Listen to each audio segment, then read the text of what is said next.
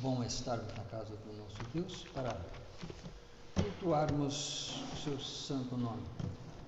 Nós vamos, como sempre, abrir a nossa Bíblia no livro de Hebreus. Hebreus está feita no capítulo 11. Hebreus capítulo 11.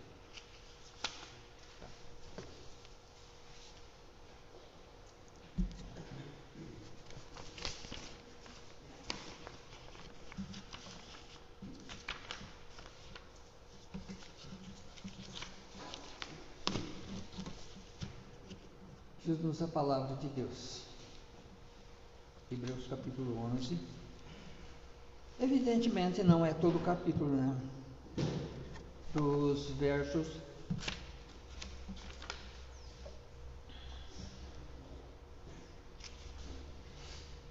8 a 19.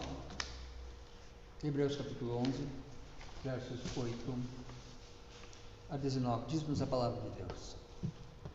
Pela fé, Abraão, quando chamado, obedeceu a fim de ir para um lugar que deveria receber por herança, e partiu sem saber para onde ia.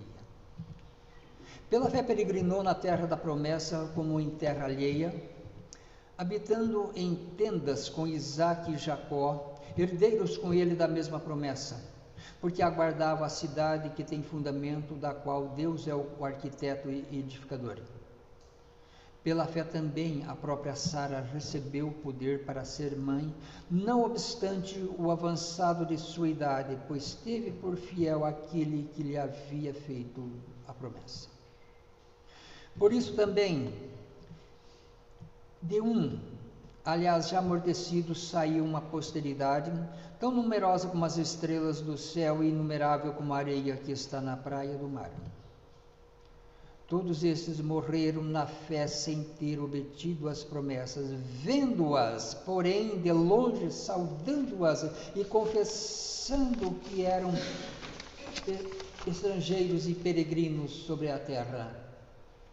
Porque os que falam desse modo manifestam estar procurando uma pátria. E se na verdade se lembrassem daquela de onde saíram, teriam a oportunidade de voltar. Mas agora aspiram a uma pátria superior, isto é, a pátria celestial. Por isso Deus não se envergonha deles de ser chamados o seu Deus, porquanto lhes preparou uma cidade. Pela fé, Abraão, quando posto à prova, ofereceu Isaque. Estava mesmo para sacrificar o seu unigênito, aquele que acolheu alegremente as promessas, a quem se tinha dito: em Isaque será chamada a tua descendência, porque considerou que Deus era poderoso até para ressuscitá-lo dentre os mortos, de onde também figuradamente o recobrou. Até o verso 19, que Deus possa nos abençoar. Amado Deus, nosso Pai Celestial, nós te agradecemos por este dia. Te agradecemos também, Senhor, pela oportunidade que temos de estudarmos a Tua Palavra. Amado Deus, faça com que a Tua Igreja, como corpo de Cristo, esteja voltado, Senhor, seus pensamentos, seu coração para os fundamentos da Tua Palavra, para que não sejamos aqui religiosos, um grupo de religiosos, mas um grupo de fiéis que adoram ao Senhor, um grupo de fiéis, Senhor, que esperam ardentemente, ansiosamente a tua vinda gloriosa, porque conforme é descrito na tua palavra, como Abraão aspirava a uma pátria superior, nós também, Senhor, aspiramos a uma pátria superior, porque a nossa pátria não é aqui neste mundo. Dá-nos perdão e orienta-nos, por Jesus Cristo que pedimos e agradecemos agora e sempre. Amém. Irmãos, como parte introdutória do nosso estudo, né? Nós temos que ter em mente uma coisa, né? Há uma diferença entre uma igreja, entre instituição e a igreja como corpo de Cristo. Todos nós devemos saber. Igrejas como instituição, por exemplo, tem denominações espalhadas por toda a face da terra.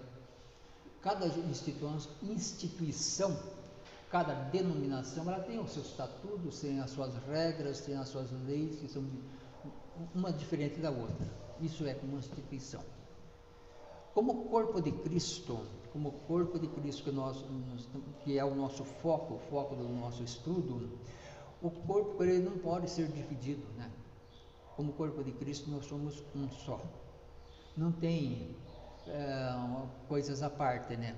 Por exemplo, o corpo de Cristo está aqui, está ali, ou tem outro lugar, não. E Paulo já nos advertiu o seguinte: acaso, quando tinha aquela polêmica, né? Eu sou de Apolo, sou de Paulo, ele disse: por acaso o corpo de Cristo está dividido? Então nós temos que ter em mente o seguinte: o corpo de Cristo não está dividido. O corpo de Cristo é um só, porque Cristo é a cabeça.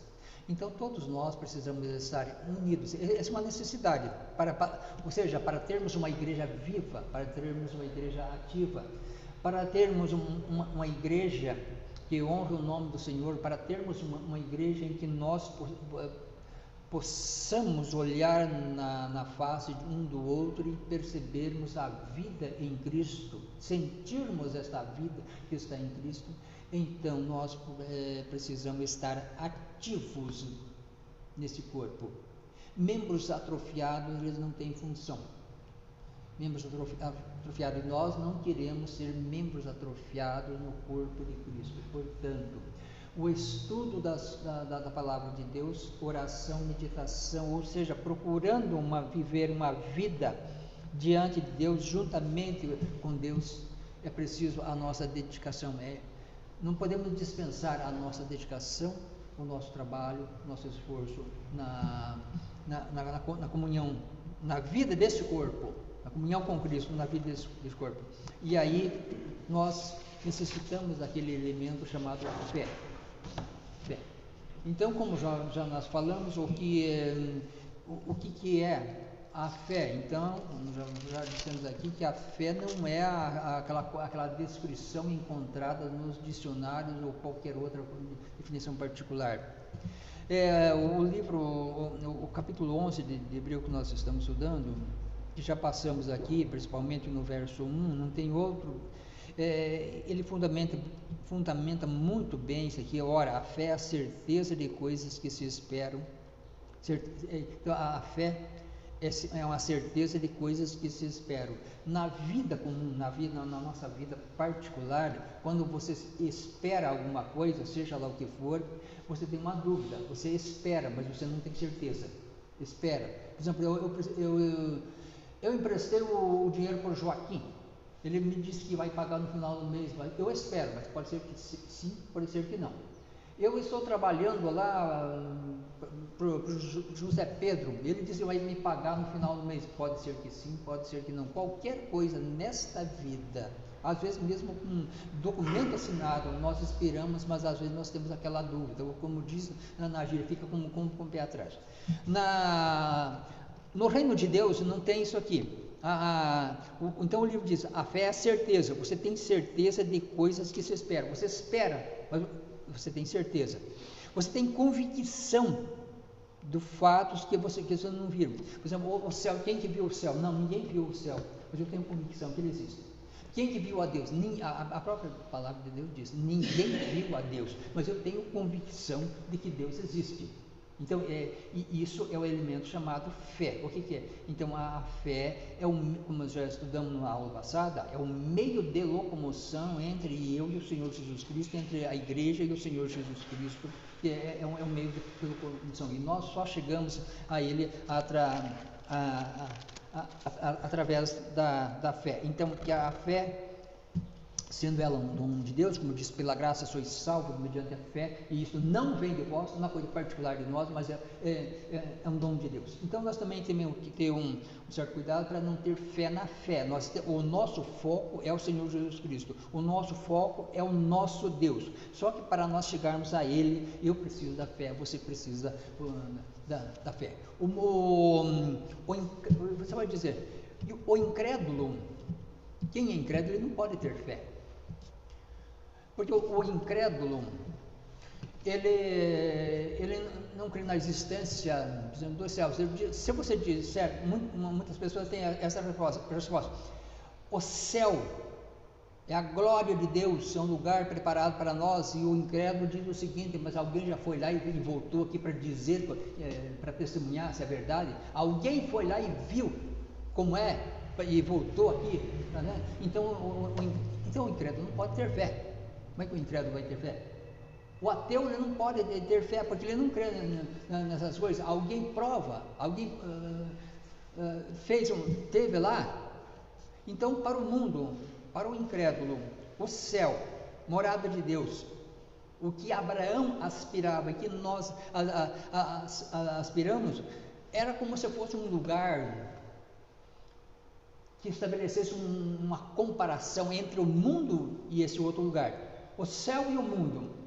Alguém pudesse ir lá para ver, analisar as condições ambientais de como é, daí faz um comparativo: eu escolho ficar aqui, eu vou para lá, ou ficar aqui. Não, para nós não tem essa aqui, que nós aspiramos a uma pátria superior. E nosso estudo de hoje aqui nós vamos falar também da peregrinação de Abraão e como nós somos peregrinos também neste mundo, porque a nossa pátria não está aqui neste mundo, a nossa pátria está no céu, mas nós aspiramos, nós temos certeza, ou você não tem certeza, aí depende de cada um. Eu tenho a minha certeza, você tem que analisar no seu coração. Eu não vou dar a certeza para você, você não vai dar a certeza para mim, porque a certeza quem nos dá é o nosso Deus. Bom, vamos ao nosso estudo. Então, como nós dissemos aí que crente é aquele que crê. O que é um crente? Crente é aquele que crê. Então, nós cremos, no que nós cremos? Nós cremos na palavra de Deus, na palavra que foi dada por Deus, a Bíblia Sagrada, e mediante a obra de Jesus Cristo. Nós cremos, o crente ele crê no perdão de Deus mediante o arrependimento dos seus pecados. Para isso eu dependo de fé. O crente ele crê nas promessas do Espírito Santo, que Deus pode nos dar o Espírito Santo, mas isso eu dependo de fé. Deus promete nos abençoar, e isso, mas eu dependo de fé. Mal que nós, no culto de quarta-feira, quando o pastor pergunta: alguém tem uma bênção para contar? Então, se você diz que você recebeu uma bênção, é porque você crê que Deus pode nos abençoar, porque bênção vem de quem? Vem de Deus.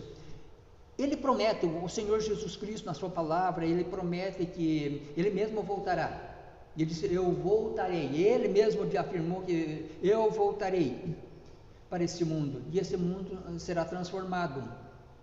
Com ele nós moraremos para sempre num novo céu, numa nova terra, onde habita a justiça, isso que nos afirma a palavra de Deus. Mas para eu crer em tudo isso eu preciso do elemento chamado fé. A questão é que há pessoas que professam a fé. Será que todas as pessoas que professam a fé acreditam realmente nas promessas de Deus? Todas as pessoas que professam a fé, eles estão, conforme nós cantamos, firme nas promessas de Deus. Nós cantamos aqui confessando, firme nas promessas de Deus. Essa nossa confissão, ela é verdadeira? Essa nossa confissão, ela é real? Então, não são poucos, e nós vemos às vezes que não são poucas as pessoas que se encontram meio confusas diante dos problemas da vida. Ele não sabe o que vai acontecer. Você vê muitas vezes numa situação embaraçosa, mas falta ali a fé para ter certeza de que Deus pode agir na sua vida e que pode mudar os destinos da sua vida. Irmãos, é o seguinte: a fé não é uma coisa mágica, preste muita atenção. Quando nós lemos lá no Salmo que tem fé pode mudar até os montes, né? É uma coisa figurada. É uma coisa figurada. Nós não vamos pegar aquela montanha e mudar para cá, né? Não é uma coisa figurada. Ele fala então do poder da fé, mas a fé, ela não é uma coisa mágica que faz com que tudo de bom que Deus prometeu para a nossa vida aconteça na nossa vida no momento que a gente quer, quando quer e do jeito que a gente quer. Não. As promessas de Deus, as bênçãos que Ele prometeu para nós é no seu tempo, porque o relógio de Deus não é igual ao nosso relógio, o tempo de Deus não é igual ao nosso tempo. Ele nos dá do jeito que Ele quer, porque Ele tem na medida exata, Ele tem exatamente aquilo que nós precisamos, aquilo que nós necessitamos, Ele sabe perfeitamente, nós às vezes não sabemos. Então o foco principal e essencial não é fé na fé, mas o nosso foco é no nosso Deus. Então a questão é, o Deus que prometeu essas coisas, o Deus que Ele é o Deus que não pode mentir. Se Ele prometeu, Ele vai nos dar. Ele é o Deus Todo-Poderoso. Ele é o Deus que é capaz de cumprir tudo aquilo que prometeu. Então volto a dizer que o nosso foco está em Deus. Porém, para chegarmos, o problema é o seguinte, para chegarmos a Ele, nós precisamos desse elemento, fé, que é o meio de locomoção entre nós e Ele, Deus. Fé é um meio de locomoção.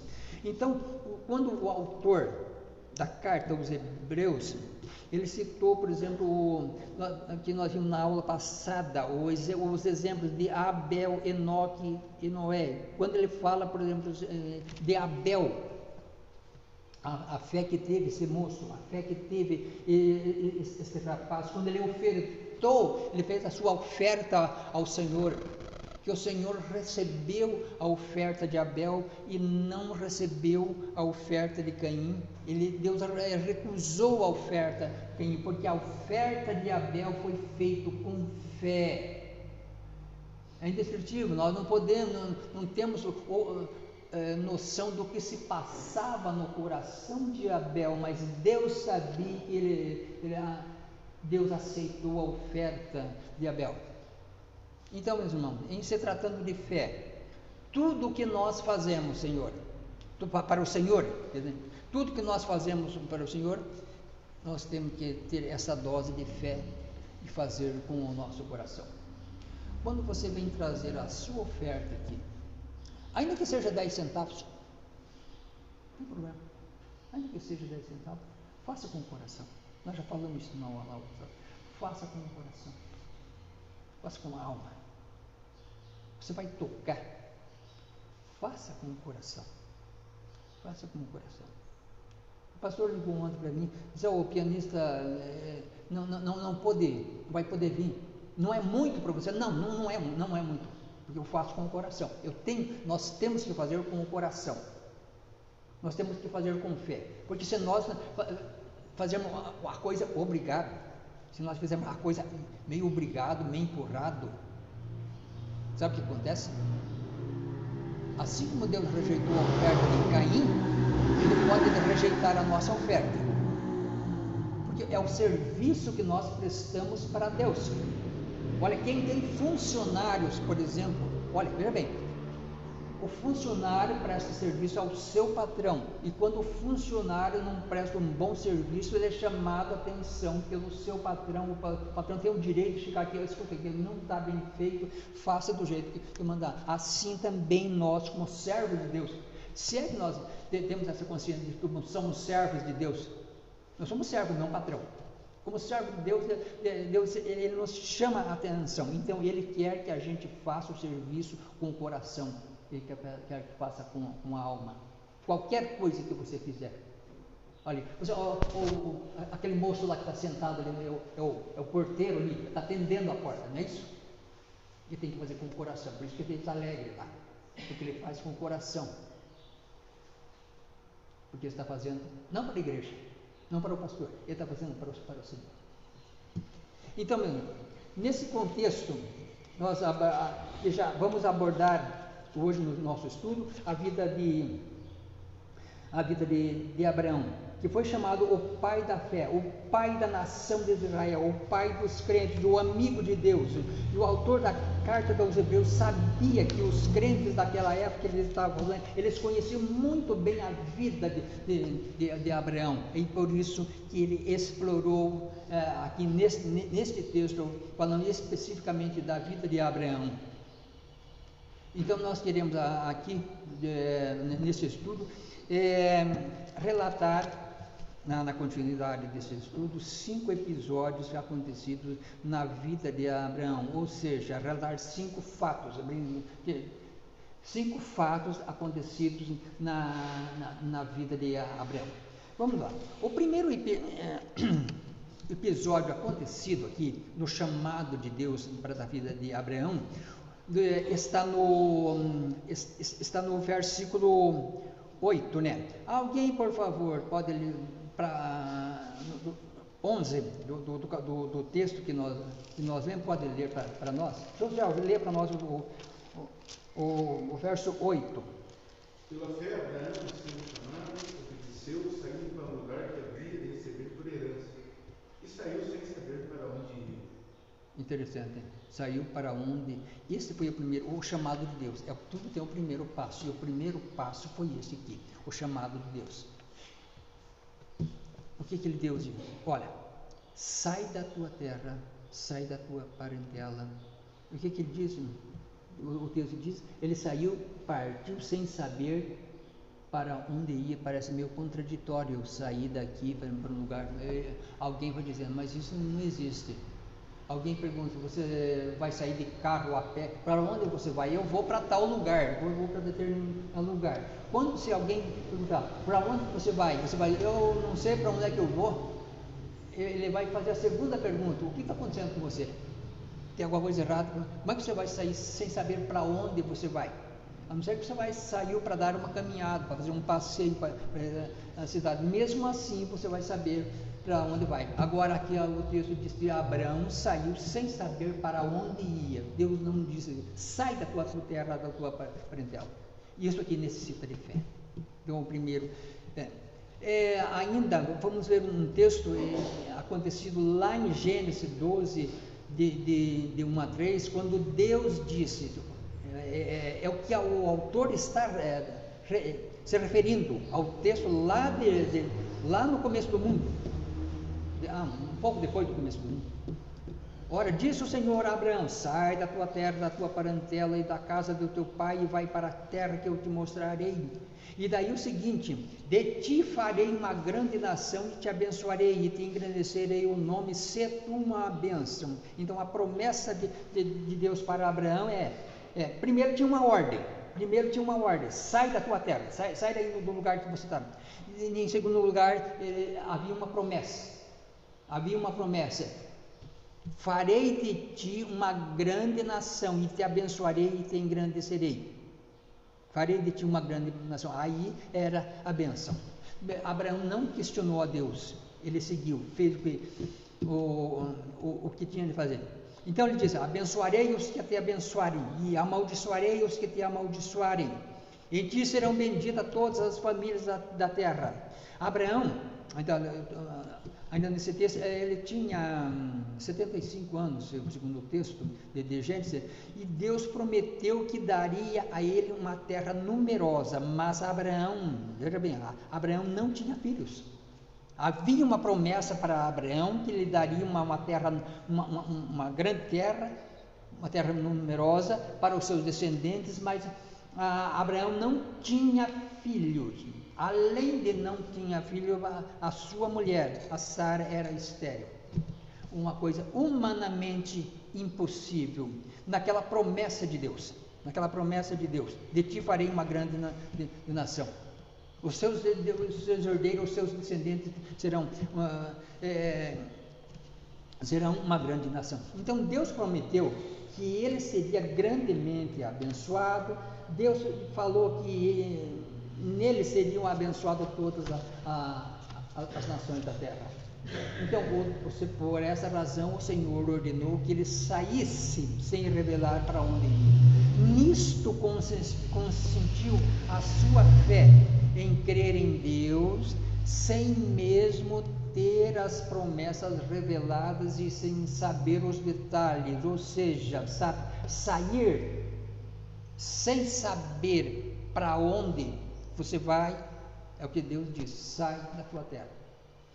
Mas Abraão, ele creu que o Deus que lhe apareceu era o Deus criador de todas as coisas. O Deus que lhe apareceu era o Deus que não podia falhar, era o Deus que não podia mentir, era o verdadeiro Deus. E uma vez, irmãos, que nós confiamos em Deus, uma vez que professamos confiar nele, os detalhes, os acontecimentos vêm depois, essas coisas se encaixam, as respostas vêm depois. Quando Deus nos prepara um caminho, Ele vai junto. O problema é quando nós dispensamos a companhia de Deus. Abraão não dispensou a companhia de Deus. Deus foi junto com ele.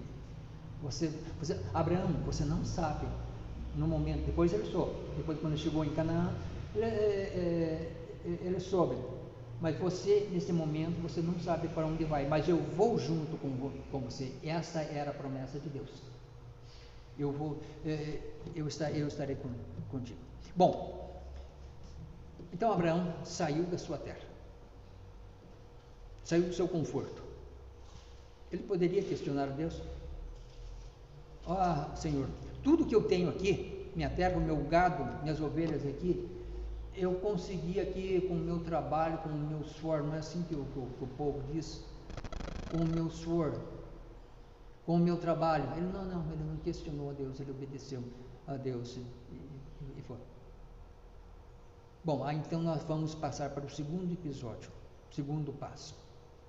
O tempo que ele passou, ele saiu, tá? Saiu, pegou as ovelhas, os pertences, os servos dele e saiu. Segundo passo. O tempo que ele passou peregrinando naquela terra. Então, diz que nos versos, vamos acompanhar versos 9 e 10. Quem está com a Bíblia aberta? Se Oswaldo está com a Bíblia aberta, lê para nós os versos 9 e 10. Pela fé, peregrinou na terra da promessa como terra alheia, habitando em tendas com Isaac e Jacó, herdeiros com ele da mesma promessa.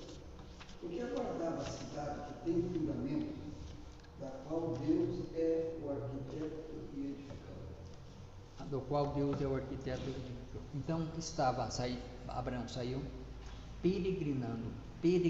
O que é peregrinar? Andar, peregrinando.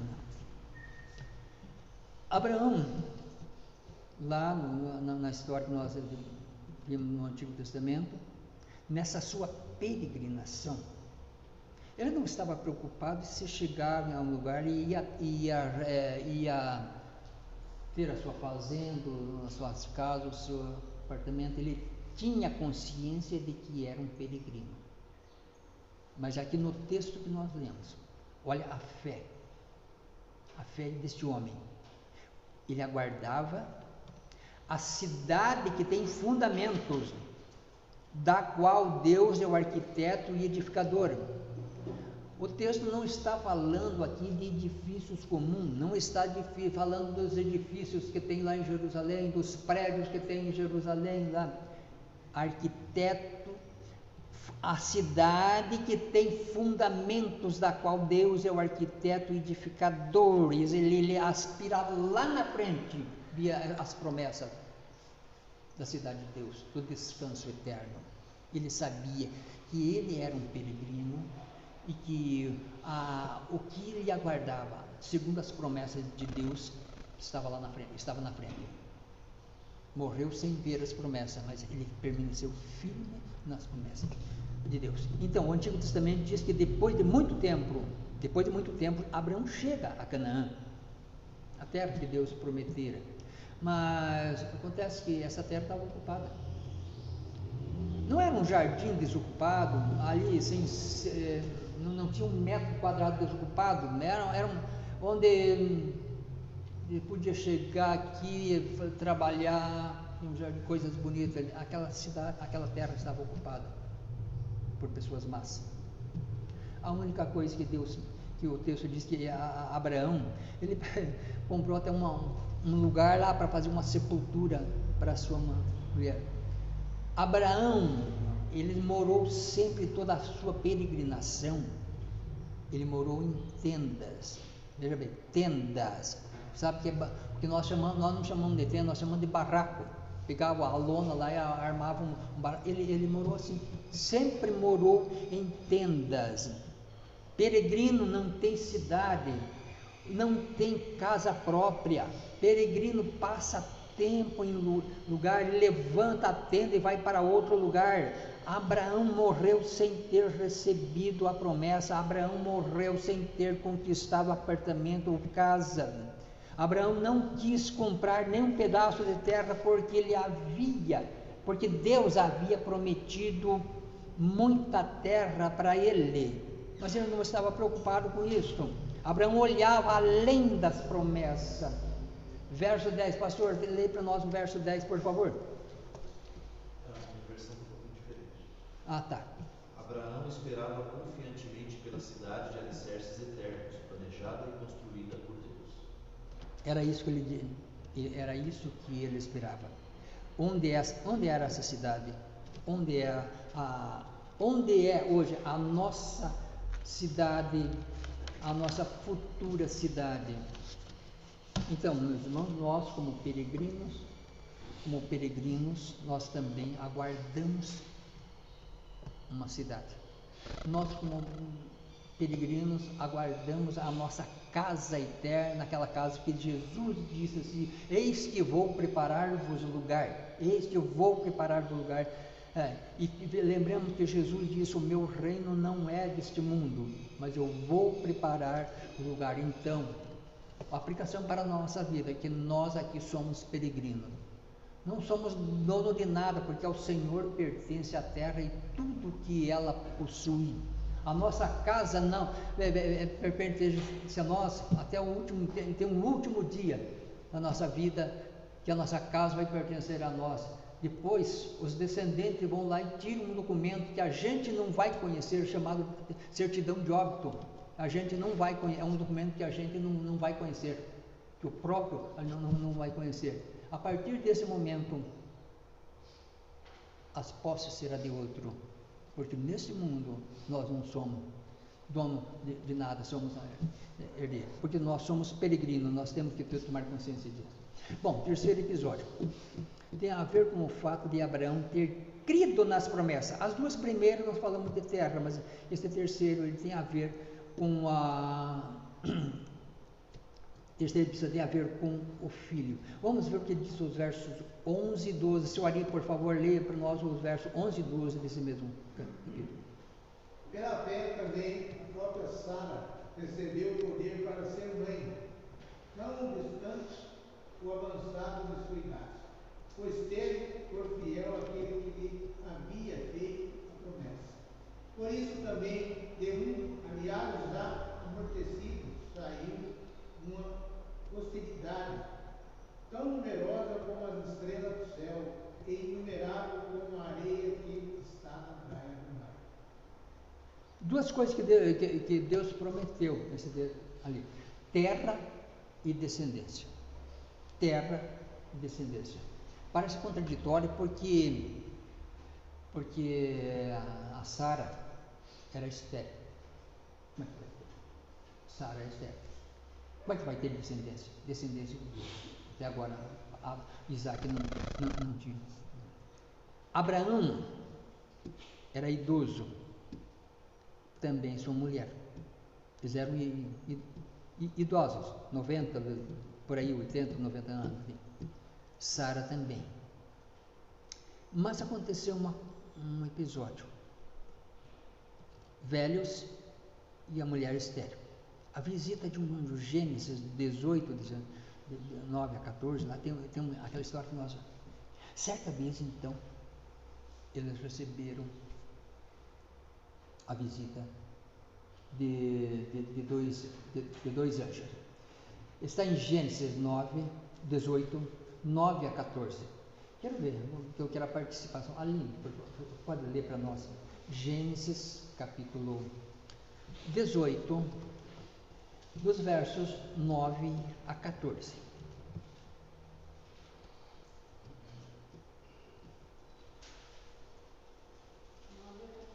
Isso. Então lhe perguntaram: Sara, tua mulher, onde está? Ele respondeu: está aí na tenda. Disse um deles: certamente voltarei a ti daqui a um ano, e Sara, tua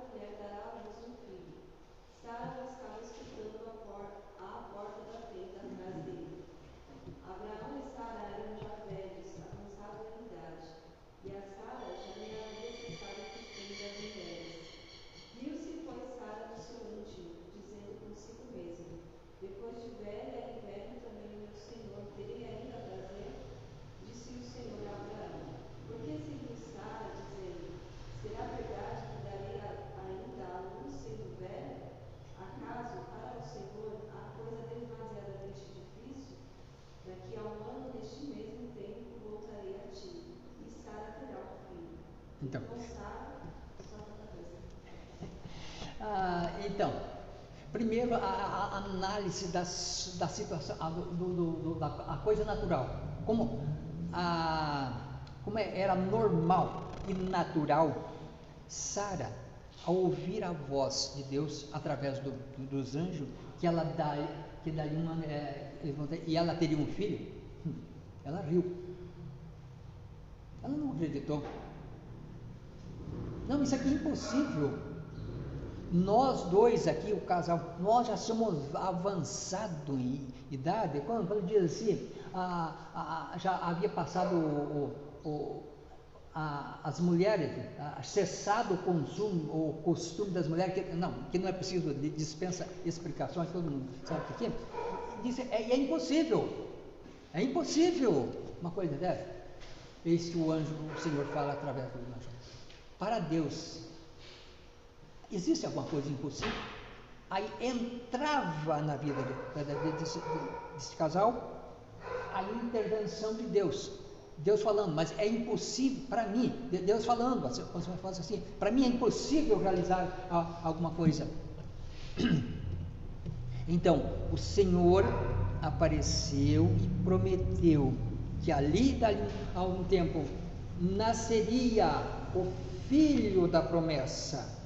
Sara riu na sua incredulidade, mas depois ela voltou à consciência e riu de alegria, porque a promessa de Deus foi cumprida. Sara ficou grávida e teve um filho, embora antes na avaliação humana, não somente dele, mas seria na nossa aqui, seria uma coisa completamente impossível. Então Deus escolhe por fazer os meios impossíveis para os homens para demonstrar o seu poder. Então Sara entendeu isso aqui. Então quando o autor da carta de Hebreus escreve aos judeus de sua época, já existia milhares deles espalhados pelo mundo, porque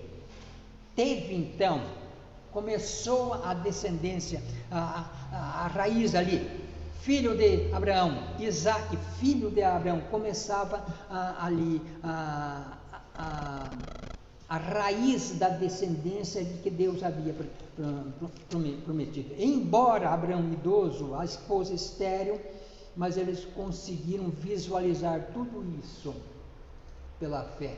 Fé é crer que Deus pode trazer a vida aos mortos. Fé é crer que Deus pode fazer aquilo que é impossível aos homens. Então, esse terceiro episódio mostra-nos a natureza da fé. Fé, então, é a certeza, a convicção daquilo que você se espera. Então, quando Deus falou que Sara teria um filho, era uma coisa a se esperar, não foi no momento, não chegou aqui, está aqui a criança aqui, é uma coisa a se esperar. Mas a partir desse momento, eles passaram a crer naquilo que havia acontecido. Então, a fé é a certeza de coisas que se esperam. Fé é a certeza de coisas que se esperam. Então nós vimos aqui que fé é crer que Deus pode trazer à existência as coisas provindas do nada. Mas o que disse lá no Gênesis?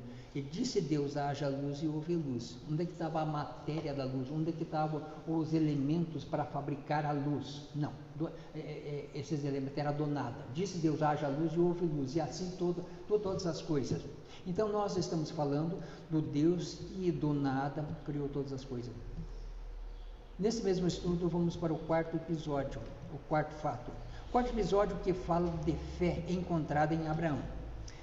Essa é na verdade uma explanação sobre a fé encontrada em Sara e Abraão, depois que eles passaram por aqueles momentos lá.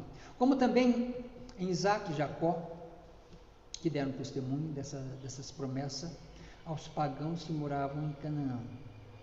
Todos eles morreram crendo sem ter obtido as promessas. Vamos ler os versículos 13:16, eu quero ver quem está com seu Claudemir, está com a Bíblia aberta aí, lê para nós o verso 13:16.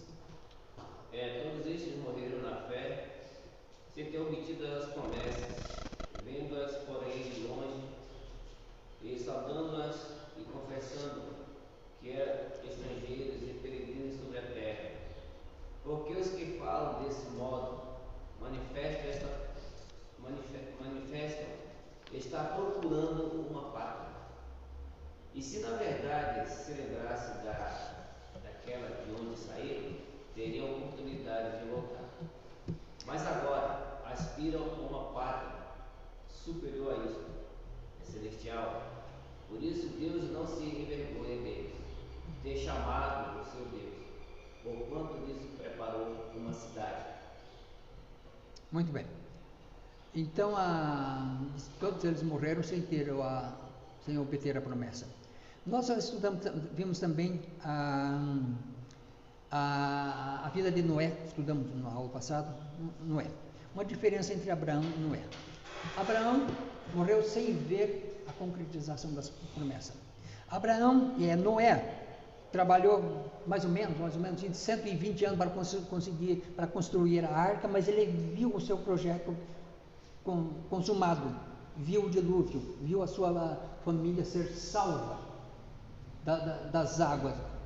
Ele viu. Abraão não viu, mas isso aqui não tem problema. Então, quando Abraão morreu mais ou menos aos 175 anos de idade, ele só tinha visto Isaac e seus dois netos, Esaú e Jacó. Ou seja, aquela pátria, aquela descendência numerosa que Deus havia prometido para ele. Então, Abraão não viu. Onde está a descendência numerosa que haveria de povoar a terra? Todos esses morreram na fé sem, contudo, obter as promessas.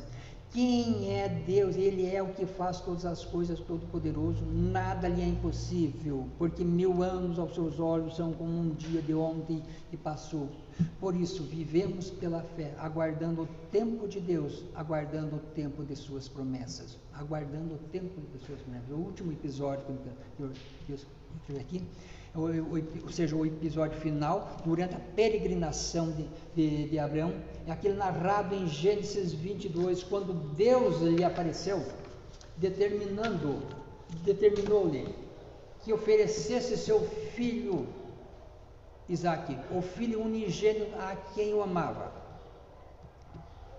Então, Abraão, ao receber esta ordem de Deus, ele levou Isaac ao altar de sacrifício, num lugar chamado Monte Moriá, e estava pronto para sacrificar o seu único filho, e eis que o anjo do Senhor apareceu. A história nós já conhecemos, dizendo a Abraão: pare, agora sei que temes a Deus, porquanto não negaste teu único filho, e foi apresentado em lugar do sacrifício de Isaac um cordeiro para o sacrifício. Gênesis 22:12. Esta narrativa ela é instrutiva, por quê? Em Isaac será chamada a tua descendência, verso 18 do mesmo capítulo ali. Em Isaac será chamada a tua descendência, a descendência de Abraão. Então, a promessa de que Abraão teria um filho e que viria a ser uma grande nação, uma nação numerosa, seria cumprida em Isaac. Então, esse filho, esse Isaac, seria o canal para o cumprimento das promessas feitas a Abraão, e mais porque ele viria a ser o que abençoaria as nações seriam abençoadas através dele, porque em Isaac viria o Salvador do mundo. Então vamos lá: Abraão, Isaac, Jacó e depois Judá. Judá era o bisneto de Abraão. Judá era o neto de Isaac, mas da linhagem de Judá, linhagem da família de Abraão haveria de nascer o Messias. Então essa foi a promessa, e Abraão creu em Deus. Então um dia quando Deus apareceu a Abraão e mandou que Abraão sacrificasse o seu filho, tinha alguma coisa contraditória, porque Isaac, então ele seria o portador das promessas. Ou seja, vamos resumir, o rapaz não podia morrer, Isaac não podia morrer. Se Isaac era o portador das promessas, de Isaac é que ia sair uma nação numerosa, como é que o menino podia morrer? Tinha uma outra coisa, se Isaac morresse, não tinha aquela promessa de que o Salvador viria da descendência dele, o Senhor Jesus Cristo viria da descendência dessa família, tinha alguma coisa errada. Olha aí. Então o rapaz não podia morrer.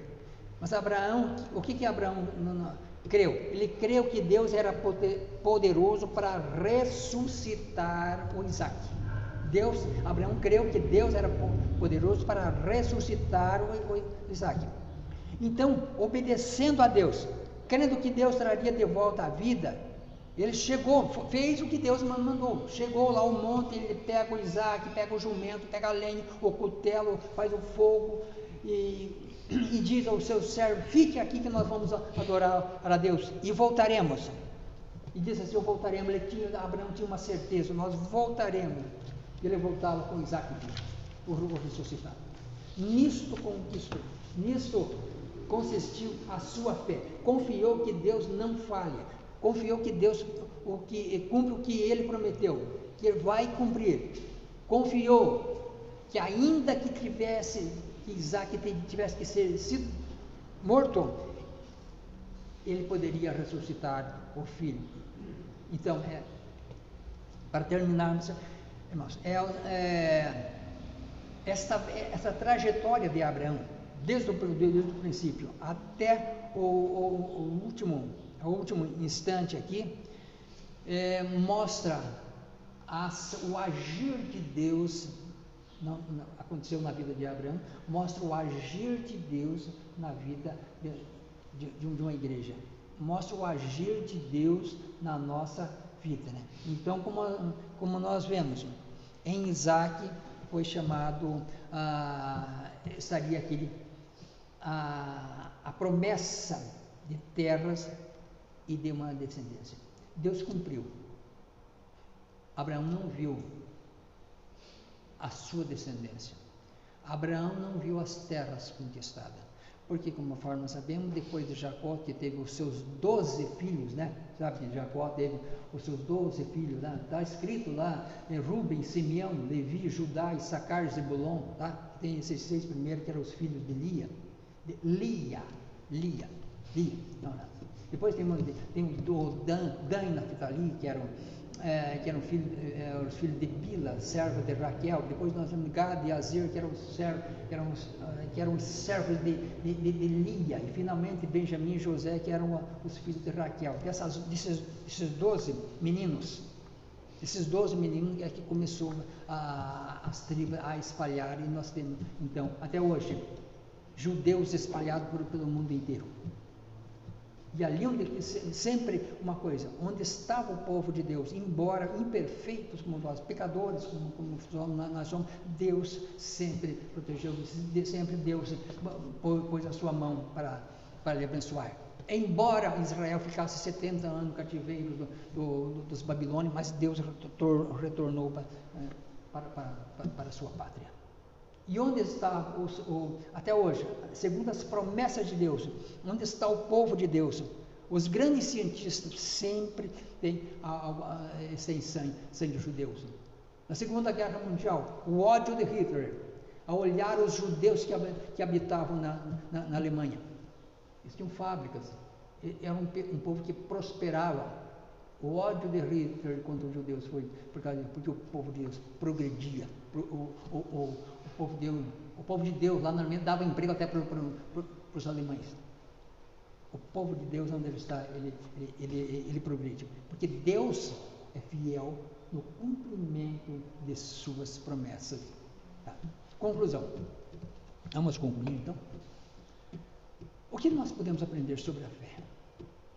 Mas uma fé verdadeira, a fé que salva. A fé verdadeira é aquela que vai nos levar a Deus para obtermos o perdão dos nossos pecados, aquela que nos faz filhos de Deus, é a fé que nos fará entrar no seu reino celestial. Essa fé é a fé praticada por Abraão. É a mesma que temos hoje, porque Deus não muda.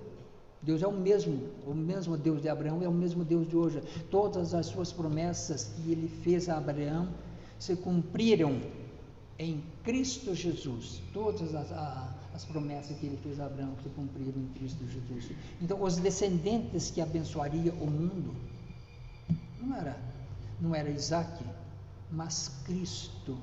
E a terra prometida, na verdade, era uma figura do novo céu e a nova terra que Deus preparou para o seu povo, que Ele preparou para todos nós, para os salvos em Cristo Jesus, porque assim como na figura que Abraão peregrinou na terra, nós também somos peregrinos aqui, e nossa pátria não está aqui. A nação que viria de Abraão não eram somente os descendentes físicos de Abraão, senão você não vai dizer, então só os judeus vão ser salvos? Não. São os descendentes de todas as tribos, povos e nações em todo o mundo, aqueles que professam a fé em Jesus Cristo. Então a fé nos torna peregrino neste mundo, meu irmão. A fé nos torna peregrino nesse mundo, porque nós ansiamos, nós desejamos, nós aspiramos aquilo que é eterno. A fé nos leva ao desapego deste mundo. A fé que salva, a fé verdadeira é aquela que produz obediência a Deus. Sem obediência a Deus nada somos, pois sem fé é impossível agradar a Deus, porque é necessário que aquele que se aproxima de Deus creia que Ele é salva, que Ele é galardoador dos que o buscam, diz os livros de Deus. Mas tem uma coisa, porque a fé sem obras ela é morta, diz os ensinos. E aos que dizem ter fé, mas não tem obras, os que dizem ter fé, mas não tem obra nem obediência. Muitos dizem crer nessas coisas, mas vivem como se fosse morar aqui para o resto da vida. Aqui. O que eles pensam? O que as pessoas pensam? Ganhar dinheiro, casar, ter filhos, ter casa, ter apartamento, ter conforto. Fazem planos e planos para morar aqui, mas não demonstram vida espiritual, tempo para com Deus, tempo para leitura e estudo da palavra de Deus, meditação e comunhão com Deus. Tudo é feito para se morar aqui. Tudo é feito para morar aqui. Eles não parecem ser peregrinos. Não parecem que são peregrinos. Na verdade, muitas pessoas gostariam que o mundo durasse para sempre, para eles morarem aqui para sempre, para eles morarem aqui eternamente. Nada de errado você ter bens materiais, nada de errado. O problema é o coração de quem tem fé não está amarrado ou preso a coisas deste mundo, a coisas desta vida. O jovem rico saiu triste quando Jesus lhe perguntou, porque ele era dono de muitas coisas. Mateus 6, 20 e 21 diz assim: mas ajuntai tesouros no céu, onde nem a traça nem a ferrugem consome, onde os ladrões não minam, não roubam, porque onde estiver o vosso tesouro, aí estará também o vosso coração. Meus irmãos, a aplicação da fé prática para as nossas vidas pode também, a fé prática. A fé prática não é uma fé teórica, não é uma fé que você encontra lá no dicionário, no Corno Centro. Vamos, prática da fé. Jesus era muito prático, né, nessas coisas. Por exemplo, aquele episódio lá de Mateus 9, 20 a 22, quando aquela mulher que fazia um tempo que tinha aquele problema de hemorragia, 12 anos, e ela disse o seguinte: se eu tocar apenas nas suas vestes, eu serei curada. E ela conseguiu. A multidão era muito grande, ela não conseguiu chegar. Ela tocou nas vestes de Jesus. O que Jesus disse? Filha, a tua fé salvou. Irmão, fé É coisa prática. A nossa fé para com Deus tem que ser essa praticidade. É eu ter a consciência de que eu ter a consciência de que eu tenho necessidade de Deus, eu ter a consciência de que eu preciso do Senhor todos os momentos da minha vida, assim como aquela mulher, ela sabia que chegar na companhia de Jesus, chegar perto de Jesus, multidão era grande, mas se eu tocasse apenas nas suas vestes, eu vou ser curado. Isso aqui, essa é a praticidade da fé. Para terminarmos, que em tudo nós necessitamos, né, da fé. Olha, por exemplo, nós falamos às vezes muito naquele versículo lá que está 1 João 1,8. Se dissermos que não temos pecado nenhum, a nós mesmos nos enganamos e a verdade não está em nós. Se você vai perguntar, você está lá, está falando da fé ou está falando do pecado? Vamos na prática disso aqui. O que o texto, esse texto quer dizer? O seguinte: se dissermos que não temos pecado, nós podemos julgar neste mundo que nós estamos aqui tranquilo, calmo, sereno, sem necessitar de Deus. Às vezes nós não sentimos a necessidade de Deus.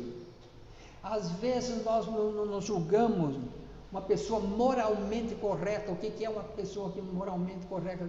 Aquele que diz: nunca roubei, nunca matei, nunca fiz nada de errado, pago em dia minhas contas, tudo isso aqui. Então a pessoa dizendo: não, eu não sou uma pessoa má, eu não sou uma pessoa ruim, eu sou uma pessoa boa, e julgo ser a pessoa moralmente correta.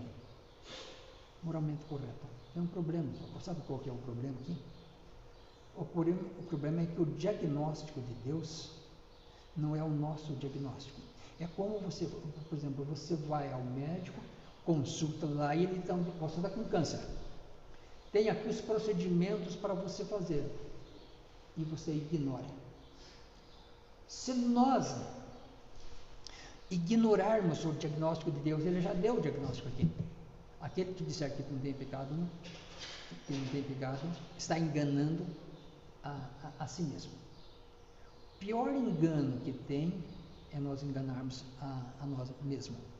Se nós rejeitamos ou não aceitamos o diagnóstico de Deus, as coisas estão complicadas para nós. Estão complicadas. Nós estamos enganando a nós mesmos. Por que eu estou falando isso aqui? Porque agora isso aqui depende da fé. Se eu não tiver fé, eu vou me julgar, posso me julgar uma pessoa correta, humanamente correta. Ali, eu não procuro o tratamento para o meu mal, causado pela minha fraqueza espiritual, a minha deficiência espiritual. Eu não procuro, porque eu me julgo correto. Então, por isso que o texto está dizendo: se alguém disser que não tem pecado, a si mesmo se engana. Terrível coisa de sermos enganados por nós mesmos. Mas tudo isso aqui pode acontecer se nós negligenciarmos ou desprezarmos o diagnóstico de Deus. Só que para terminar, isso eu preciso de fé. Se eu não tiver a fé que me leve na companhia de Deus, assim como Enoque, porque Enoque, a descrição da fé sobre a vida de Enoque é bem sintética, bem resumida. Enoque andou com Deus, assim também nós precisamos andar com Deus. Agora, ninguém vai pegar um no braço do outro e arrastar, vamos andar com Deus. É a tua decisão, é a sua vida, andar com Deus. E todos os requisitos nós sabemos: estudarmos a sua palavra, meditarmos, orarmos, procurarmos estar na companhia de Deus, junto de Deus. Essa é a essência da nossa fé. Que Deus nos abençoe. Obrigado, Senhor, por esse dia. Nós te pedimos que o Senhor nos ajude a entendermos a excelência do ensino da tua palavra,